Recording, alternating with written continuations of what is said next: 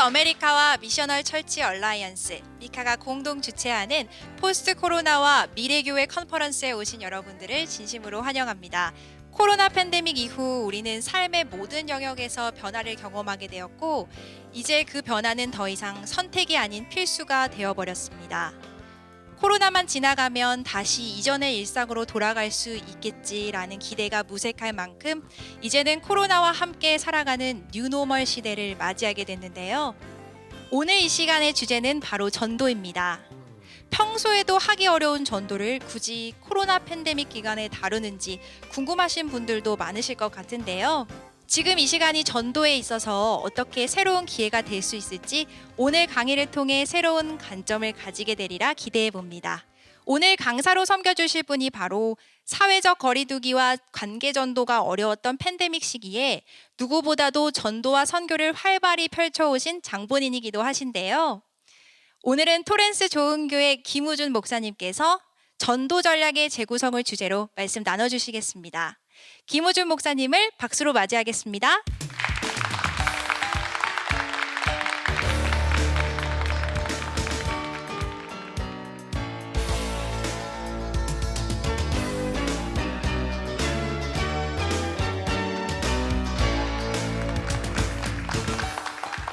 이 자리에 함께 하시는 여러분 한 분 한 분을 진심으로 환영하고 예수님의 이름으로 축복합니다. 참 잘 오셨습니다. 여러분은 그동안 어떻게 지내셨나요? 코로나 팬데믹으로 인해서 우리의 삶에 참 많은 변화들이 있었죠. 우리의 직장 생활, 가정 생활, 그리고 교회 생활, 심지어는 여가 생활까지 많은 변화를 겪었다 해도 과언은 아닐 것입니다.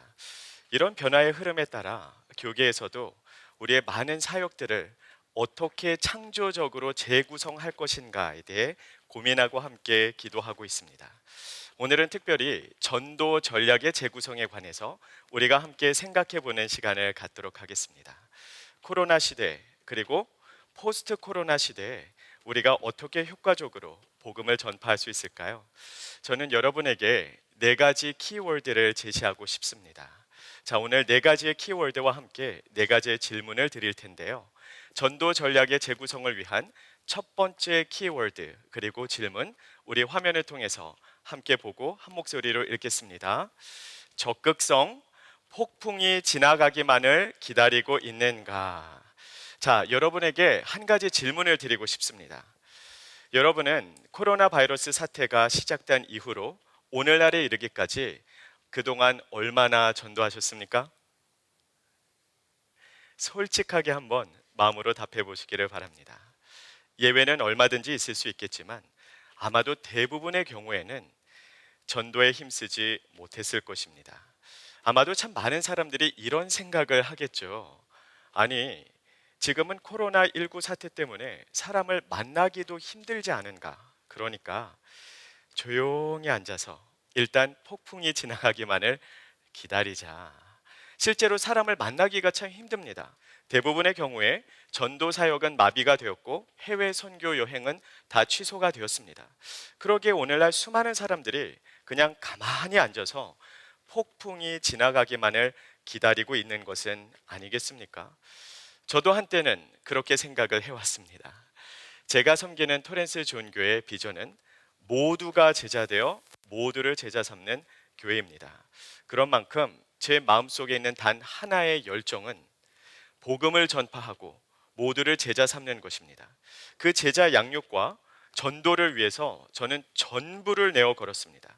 그렇게 시간의 흐름에 따라서 교회의 전도와 선교에 대한 열기가 점점 더 뜨거워지고 있을 때 코로나19 사태가 터졌습니다.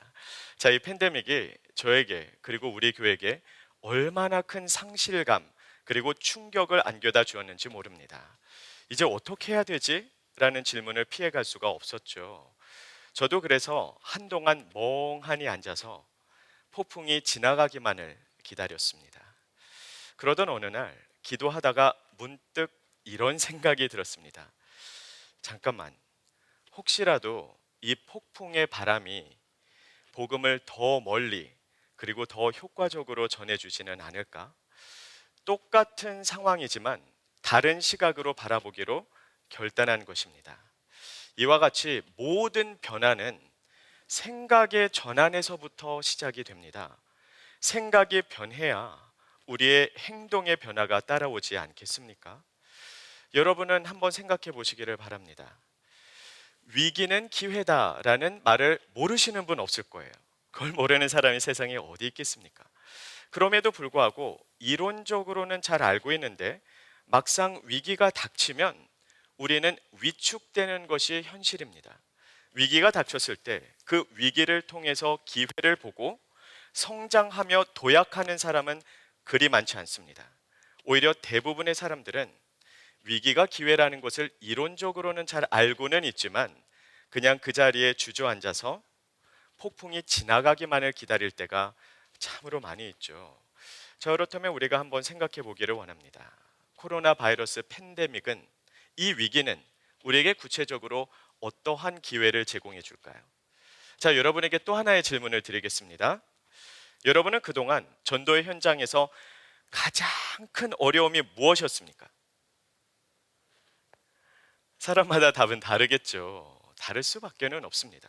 하지만 가장 기본적으로 우리가 느끼는 가장 큰 장애물은 비신자들의 다친 마음이죠. 그렇죠. 일단 복음에 대해서 듣고 싶어 하지 않습니다. 아무런 관심이 없어요. 모든 관심이 이 세상에 쏠려 있기 때문입니다. 어떻게 하면 이 세상에서 내가 출세하고 성공하여서 잘 먹고 건강하게 안락하게 살 수 있는 것인가를 고민하는 사람에게 천국, 영생, 십자가, 복음은 그저 뜬구름 잡는 소리로 들리기 때문입니다. 마음이 닫혀 있기 때문에 대화를 시작하는 것조차가 너무나 힘들어요. 복음에 대해서 전하려고 하면 그런 이야기는 듣고 싶지 않아요 라는 반응, 아마 여기 계신 분들 중에 다 한두 번쯤은 경험해 보셨을 겁니다. 그런데 코로나19 사태로 인해서 지금은 모든 사람들이 힘든 시간을 겪고 있습니다. 그냥 한두 명의 특정적인 상황이 아니라 모두가 함께 느끼고 있는 고난과 어려움입니다. 그러기에 우리가 대화를 너무나 자연스럽게 또 쉽게 시작할 수가 있습니다. 요즘 어떻게 지내세요? 이런 간단한 질문 하나만으로 그들의 마음문이 활짝 열립니다. 실제로 전 세계적으로 하나님, 기도, 죽음이라는 단어에 대한 검색 횟수가 기하급수적으로 폭발적으로 증가했다라는 사실 너무나 잘 알고 계시지 않습니까? 사람들이 이제 드디어 그런 고난과 어려움의 시간을 통해서 삶의 참된 의미에 대해서 생각해 보고 있다라는 것이죠. 그렇기 때문에 예전에 비해서 훨씬 더 마음문을 쉽게 열어주는 것을 우리는 경험하게 됩니다. 이것이야말로 정말 중요하고 소중한 기회 중의 기회입니다. 그러므로 우리는 생각의 전환이 있어야 됩니다. 이것을 정말로 위기로만 바라보는 것이 아니라 기회로 바라본다면 훨씬 더 자연스럽게 예수님을 믿지 않는 자들에게 복음을 가지고 우리가 접근할 수 있기 때문입니다. 우리가 가장 먼저 해야 되는 것은 적극적으로 다가가는 것이죠. 지금이야말로, 이 위기 상황이야말로 소극적으로 그 자리에 앉아서 폭풍이 지나가기만을 기다릴 때가 아니라 적극적으로 나아가서 복음을 전해야 될 것이기 때문입니다. 이런 위기의 상황에 우리의 전도 전력의 재구성의 첫 단추는 우리의 생각을 바꾸는 것에서부터 시작되기 때문입니다. 자, 첫 번째 키워드가 적극성이라면 두 번째 키워드는 과연 무엇일까요? 우리 화면을 통해서 다 같이 한 목소리로 읽겠습니다. 유연성, 오직 한쪽 방향으로 치우치고 있지는 않은가. 코로나 바이러스 사태가 시작된 이후로 참 많은 분들이 고민을 해왔습니다. 자, 이제 어떻게 해야 되지? 교회 수많은 사역들을 어떻게 재구성하여 좀 더 효과적으로 그리고 성경적으로 우리가 이끌어 나갈 수 있을 것인가. 그래서 저도 관심을 갖고 참 많은 토론에 참여를 해보았습니다. 그리고 온라인을 통해서 여러 가지 세미나나 컨퍼런스에 참석을 해보았습니다. 그런데 제가 개인적으로 느낀 바는 이 모든 토론과 대화의 내용이 너무나 한쪽으로 치우쳐 있다는 것입니다. 여러분도 아마 온라인 세미나에 참여해 보신 분들이 있을 텐데요. 대부분의 결론이 무엇이었습니까? 이제는 코로나 바이러스로 인해서 새 시대가 열렸으므로 패러다임 자체가 변화가 돼야 되는데, 그러므로 우리는 미디어 사역 주력해야 된다. 그런데 이러한 결론이 어느 정도 규모가 되는 교회에는 미디어 사역자도 있고 충분한 재정이 있으며 또 여러 가지 미디어 장비가 있기 때문에 가능한데요. 수많은 작은 교회는 더 큰 절망감을 안겨줄 뿐입니다. 미디어 사역자도 없고 그만큼의 재정이나 장비 또한 갖추고 있지 않기 때문입니다. 근데 저는 이러한 생각이 너무나 균형이 깨져 있지는 않을까라는 생각을 해봅니다. 너무 한쪽으로만 치우쳐 있다라는 생각입니다. 왜냐하면 새 시대가 열렸음에도 불구하고 무조건 기존의 방식만을 고수하고 있는 것이 잘못된 것인 것처럼, 무조건 새로운 시대가 열렸다 해서 기존의 방식은 무용지물이다라는 생각 또한 잘못된 것이기 때문입니다. 우리가 살아가는 이 세계는, 그리고 우리의 사회는 너무나도 삭막해졌습니다. 기술의 발달로 인해서 우리가 세상이 훨씬 더 좁아졌죠. 우리는 수도 없이 많은 소통을 매일매일 하면서 살아갑니다. 그럼에도 불구하고 여러분, 외롭지 않으세요? 오늘날 현대인들은 더 큰 외로움을 호소하고 있습니다. 왜 그럴까요? Personal touch, 감성 터치가 사라져 버렸기 때문입니다. 너무나 디지털에 우리가 익숙해 버린 나머지 아날로그 감성이 우리의 사회에서 사라져 버렸습니다. 자, 여러분도 한번 답해 보세요. 마지막으로 여러분이 누군가에게 직접 손편지를 써보신 적이 언제였습니까? 또는 손편지를 받아보신 적은 또 언제였습니까? 아마 대부분의 경우에는 기억조차 나지 않을 것입니다. 우리는 너무나 디지털 문화에 익숙해져 버렸기 때문입니다. 코로나 바이러스 팬데믹으로 인해서 거의 대부분의 일들이 온라인 플랫폼에서 진행되고 있는 이때에 한번 여러분이 마음에 품고 있는 예수님을 모르는 그 사람에게 정성을 담아서 손편지를 써보시지 않으시겠습니까? 복음과 예수 그리스도의 사랑을 담아서 여러분이 손편지를 보내주신다면 참으로 역설적이게도 온라인과 미디어 시대에 손편지가 훨씬 더 효과적으로 복음을 전파하는 도구가 될 수도 있기 때문입니다.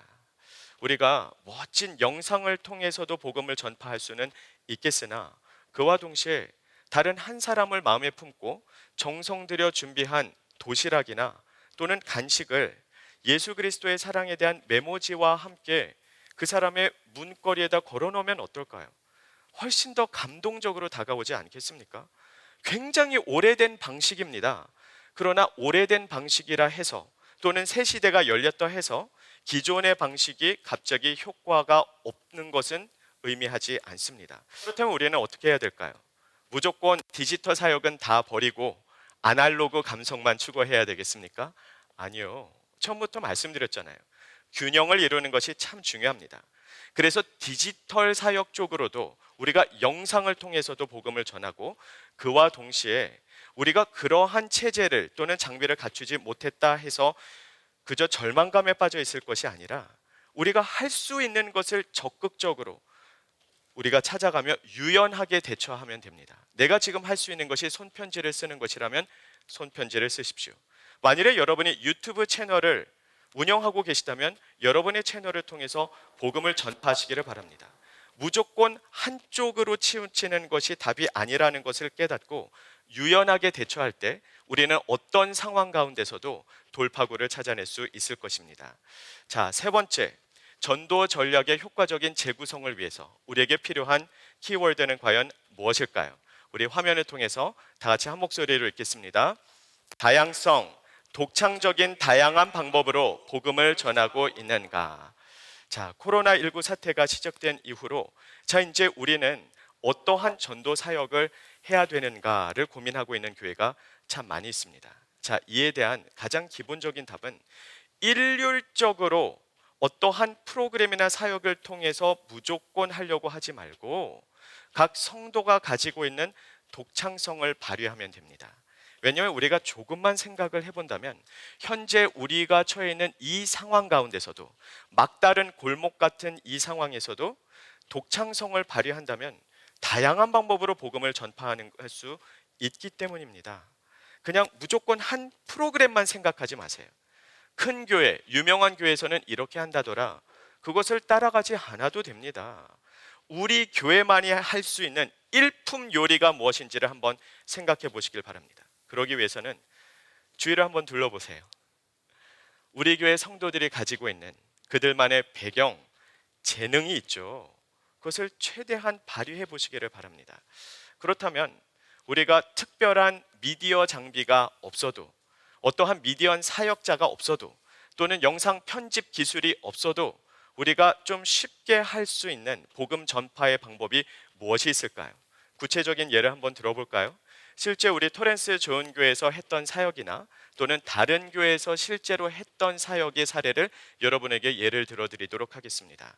자, 첫 번째, 가장 기본적으로는 모든 성도들에게 손편지를 통해서 복음을 전하게 하는 것입니다. 누구나 한 명쯤은 가족이나 친척 또는 지인들 가운데 예수님을 믿지 않는 사람을 알고 있죠.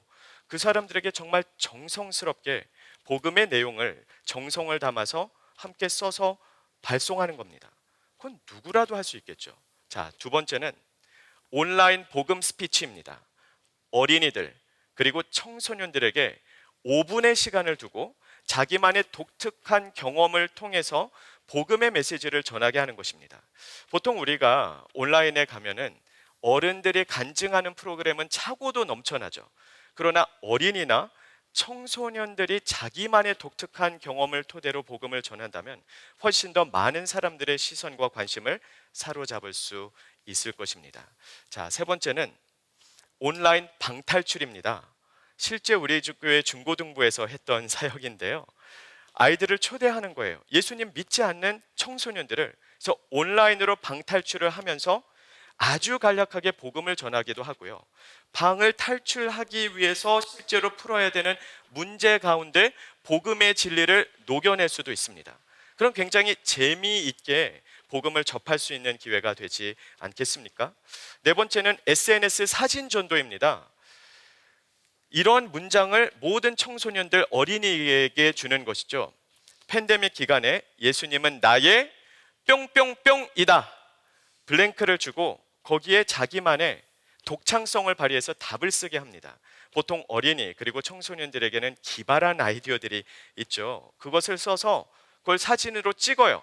자기가 그 종이를 들고 사진을 찍고 페이스북이나 인스타그램을 통해서 올리는 겁니다. 그럼 수많은 사람들이 그것을 보면서 한 번이라도 더 예수님에 대해서 생각해 보게 되겠죠. 다섯 번째로는 블레싱 프로젝트입니다. 자, 우리가 예수님 믿지 않는 사람에게 그 사람을 위해서 축복 기도하는 나 자신의 모습을 핸드폰으로 찍는 거예요.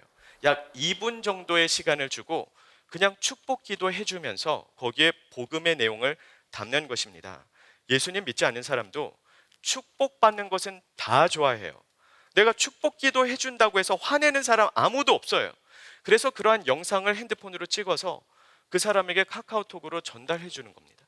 그럼 그 사람이 그 축복 기도를 들으면서 복음의 내용을 접하고 또 예수님에 대해서 한번 생각해 보게 되겠죠. 지금까지 제가 말씀드린 것은 빙산의 일각입니다. 우리가 조금만 창의성을 발휘한다면 우리가 할 수 있는 방법은 무궁무진하게 많습니다. 꼭 비싼 미디어 장비가 있어야만 되는 것 아니죠. 우리가 조금만 생각을 해본다면 정말 다양한 방법으로 복음을 전할 수 있기 때문입니다. 자, 마지막 네 번째 핵심 단어가 과연 무엇일까요? 우리 화면을 통해서 다 같이 한 목소리로 읽겠습니다. 체계성, 왜 실제로 꾸준히 전도하는 성도들이 거의 없을까? 자, 오늘날 수많은 사람들이 이런 질문을 해요. 지금 코로나 팬데믹으로 인해서 전도하기가 굉장히 힘들어졌는데 도대체 어떻게 전도하면 좋겠습니까? 저는 그런 질문을 받을 때마다 먼저 이 질문을 한번 묻고 싶습니다. 혹시 당신은 코로나 팬데믹 이전에는 꾸준히 전도하셨습니까? 코로나19 사태 이전에도 전도하지 않았다면 자, 이제는 코로나 시대에 어떻게 전도해야 될지에 대한 답을 하는 것이 무의미할지도 모르겠습니다. 왜냐하면 근본적인 문제는 우리의 환경이 열악해졌다라는 것이 아니라 주님의 지상 명령에 순종할 마음이 없는 것이기 때문입니다. 장애물이 없을 때도 전도하지 않았어요. 근데 장애물이 있을 때 과연 그 사람이 방법을 가르쳐 주면 전도할까요? 그렇기 때문에 만일에 그런 경우라면 정말로 주님의 명령 앞에, 주님의 말씀 앞에서 내가 순종하는 자세를 갖추는 것이 우선순위이겠죠. 자, 그런데 오늘 이 아침에는요, 그런 경우를 일단 제외하고요, 정말로 주님의 명령에 순종할 자세가 되어 있는 분들의 경우를 우리가 생각해 보도록 하겠습니다. 사실 우리들 교회에는 하나님의 말씀대로 살려고 하는 분들이 많이 있습니다. 그래서 전도의 필요성 다 인정해요. 내가 전도하고 복음 전파해야 된다고 생각합니다. 목사님께서 말씀을 전하실 때 은혜 받아요. 그래서 속으로 다짐합니다. 맞아, 복음을 전파해야 되겠구나. 예수 그리스도의 증인으로 살아야 되겠구나. 분명히 다짐하고 결단했습니다. 그런 경우에도 참으로 놀랍게도 대부분의 경우에는 전도의 문턱에서 망설이다가 결국엔 전도하지 않습니다. 시간은 흘러 지나가 버리고 내가 그런 결단을 했다는 사실을 잊어버리거나 그러한 결심이, 그 열정이 다 식어버리는 것이죠. 아마 누구라도 공감할 수 있는 경험이지 않을까 싶습니다. 도대체 왜 이런 일이 벌어지는 것일까요? 아예 전도에 대한 마음이 없는 사람 말고 정말 전도해야 된다고 생각해요. 전도하고 싶어요. 그럼에도 불구하고 왜 전도하지 않을까요? 어떻게 해야 될지를 몰라서 엄두가 나지 않기 때문입니다. 자, 여러분께서 지금 이 시간 이러한 상황을 한번 상상해 보시길 바랍니다. 수영할 줄 모르는, 그리고 한 번도 수영해 보지 않은 수많은 사람들이 지금 이 자리에 모여 있습니다. 그런데 수영 강사가 나타나서 왜 수영을 배워야 되는지, 수영이 왜 그토록 중요한지에 대해서 아주 열정적으로 메시지를 전합니다. 너무나 감동적인 연설이었어요. 그래서 모두가 감동을 받았습니다. 다 은혜 받았어요. 속으로 생각합니다. 맞아, 나도 수영을 배워야 해. 그런 마음을 가지고 있는데 이 수영 강사가 이론을 조금 설명해 준 후에 이렇게 외치는 겁니다. 자, 이제 여러분 물로 뛰어드세요. 여러분이 그 자리에 있었던 사람이라면 여러분 같으면 물로 뛰어드시겠습니까? 예외는 있을 수 있겠으나 대부분의 경우 아무도 없겠죠.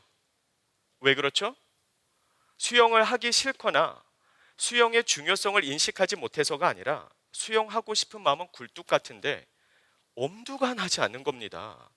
수영을 이론상으로만 배울 수는 없는 노릇이기 때문이죠.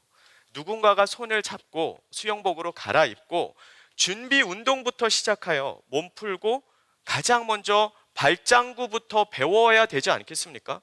이론상으로 책으로 공부하는 것이 아니라, 연설을 통해서 지식을 습득하는 것이 아니라 강사와 함께 실제로 발장구를 쳐봐야 해요. 손을 어떻게 움직이는 것인지, 호흡을 어떻게 하는 것인지를 이론을 가르쳐 준과 동시에 실전 경험을 쌓을 수 있도록 도와줘야 그 사람이 수영을 할 수 있게 되지 않겠습니까? 그래서 오늘날 교회에서 가장 시급하게 필요한 것은 실전 경험을 쌓을 수 있는 체계적인 훈련 체계입니다. 그 체계가 없으면 아무리 전도에 대한 필요성을 공감하는 사람이라 할지라도 언제까지나 전도의 문턱에서 망설이기만 할 것이기 때문입니다. 그런데 실제로 오늘날 수많은 교회에서 강단에서는 참으로 도전적이고 은혜로운 메시지가 선포가 됩니다. 사랑하는 성도 여러분, 우리는 예수 그리스도의 지상 명령에 순종하여 모든 민족을 제자 삼아야 되고 천하 만민에게 복음을 전해야 됩니다. 너무나 은혜스러워서 다 감동받았어요. 그렇게 해야 된다고 다 공감해요. 다만 엄두가 나지 않아요. 말로만 들었기 때문입니다. 또는 많은 교회 전도 훈련 프로그램이 있어요. 근데 대부분의 경우에는 이론만 가르쳐줘요. 어떻게 전도하는 것인지, 복음의 메시지가 무엇인지, 그리고 불신자가 이러한 질문을 하면 뭐라고 답해야 되는지 이론은 가르쳐 주는데 실전 경험이 없습니다. 그러니 좌절할 수밖에 없는 것이죠. 그래서 오늘 우리에게 필요한 것은 이론과 함께 실전 경험을 쌓을 수 있게 해주는 것입니다. 그러기 위해서는 전도 훈련 프로그램에 초보 또 중급, 고급 과정이 당연히 있어야 되겠죠. 가르쳐주고 실제로 강사가 그 사람의 손을 붙잡고 같이 가서 모범을 보이고 처음에는 아주 쉽게 할 수 있는 방법으로 그 사람을 훈련시켜 줘야 됩니다. 그런데 첫 경험이 너무나 힘들거나 두려운 경험이라서 트라우마로 남으면 안 돼요. 자, 이제 첫 경험, 갑자기 노방전도 데리고 나가서 지나가는 행인에게 복음 전파해 보세요 라고 하면 이제 이 사람은 다시는 돌아오지 않을 겁니다. 왜냐하면 그 사람에게 가서 말을 거는 것부터가 너무나 큰 부담이 되기 때문입니다. 그래서 첫 경험에서는 우리 성도들 가운데 교회마다 순 모임이나 셀 모임 있잖아요. 목장 모임이나 성경 공부 그룹이나 구역을 사용하세요. 그곳에 훈련생을 초대를 해서 믿는 성도들 앞에서 복음을 제시하게 하는 겁니다. 어차피 교우들 가운데서도 복음의 내용을 정확하게 이해하지 못하는 분들이 있기 때문에 그들에게도 배움의 기회가 제공이 되고 또 훈련생에게는 실전 경험이 쌓이게 되는 겁니다. 그렇게 모두가 박수 쳐주는 분위기에서 한번 말해보게 하는 것이죠. 또 외부로 나가게 된다면 처음부터 모든 복음의 내용을 다 딸딸딸 외워서 전하게 하기보다는 딱 한 문장부터 시작을 해보는 겁니다. 예수님은 당신을 정말로 사랑하십니다. 딱 이 한 문장만 시켜보는 것이죠. 그렇게 차근차근 실전 경험이 쌓이게 될 때 그들도 언젠가는 언제 어디서나 정말 효과적으로 능력 있게 복음을 전하는 그리스도의 증인으로 성장해 나갈 수 있을 것입니다. 오늘 우리에게 가장 필요한 것은 제자를 세우는 사역입니다. 예수님도 그러하셨고 그 제자 삼는 사역을 우리에게 당부하셨기 때문입니다. 오늘 여러분에게 4가지의 키워드에 대해서 말씀을 드렸습니다. 적극성, 유연성, 다양성, 그리고 체계성이죠. 그런데 여러분께서 가장 중심에 품고 있어야 되는 것이 한 가지 있습니다. 잃어버린 영혼을 향한 하나님의 애타는 마음을 공유해 주세요. 하나님의 심장을 우리가 공유하게 된다면 어떤 상황 가운데서도 우리는 반드시 기도하면서 돌파구를 찾아내고야 말 것이기 때문입니다. 예수님이 그러하셨던 것처럼 모두가 제자 되어 모두를 제자 삼는 모든 성도님들이 되시기를 예수 그리스도의 이름으로 축복합니다. 오늘 강의는 여기서 마치도록 하겠습니다.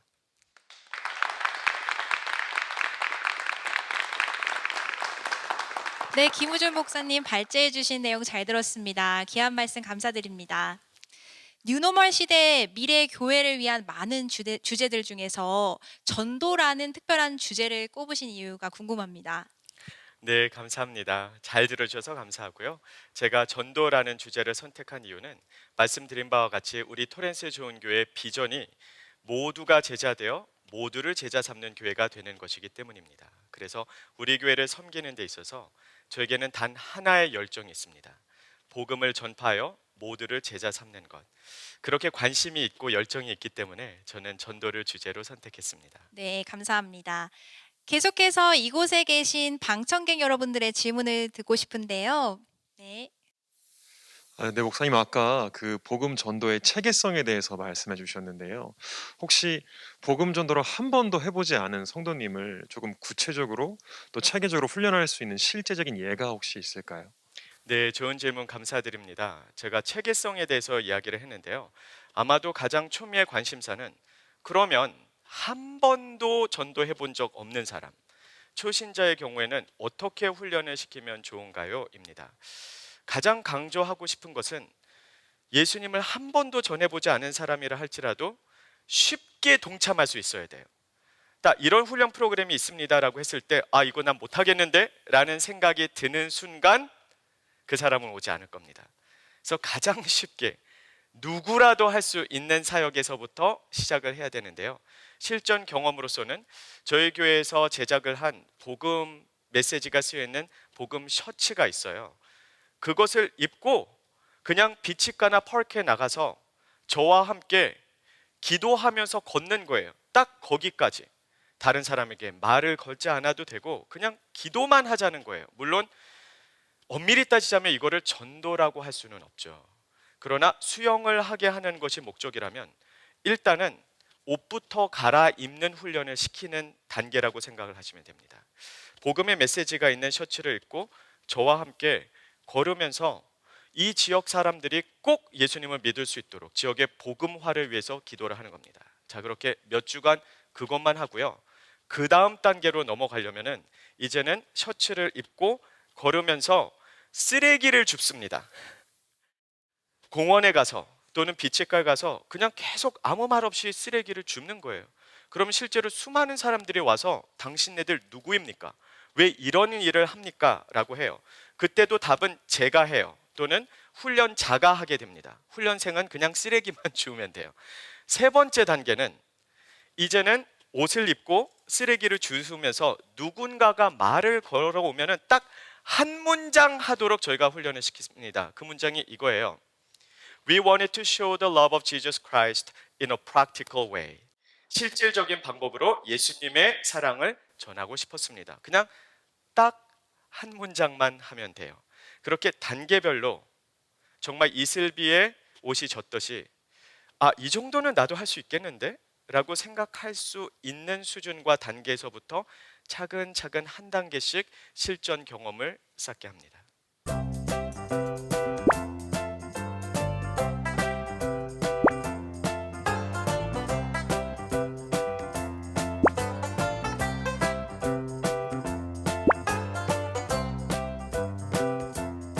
네, CTS 어메리카와 미셔널 철치 얼라이언스 미카가 공동 주최하는 포스트 코로나와 미래교회 컨퍼런스 뉴노멀 시대 교회의 위대한 모험. 오늘은 토렌스 좋은교회 김우준 목사님의 발제로 전도 전략의 재구성에 대해 함께 들어봤는데요. 시대가 바뀌고 위기의 때에 놓인다고 해서 주님의 지상 명령이 달라지는 것은 아니겠죠? 복음을 전파하는 일, 곧 전도가 모든 성도의 영원한 사명이라는 사실을 잊지 않는다면 시대와 환경의 변화 속에서도 우리는 그 사명을 어떻게 감당해 나갈 것인가를 고민하는 것이 맞다고 생각됩니다. 그리고 그렇게 고민하며 또 기도할 때에 주님께서는 우리에게 능력과 지혜를 더해 주시리라 믿습니다. 여러분 모두 그 은혜를 경험하시기를 소망하면서요. 저는 다음 이 시간에 다시 인사드리겠습니다. 지금까지 시청해주신 여러분 감사합니다.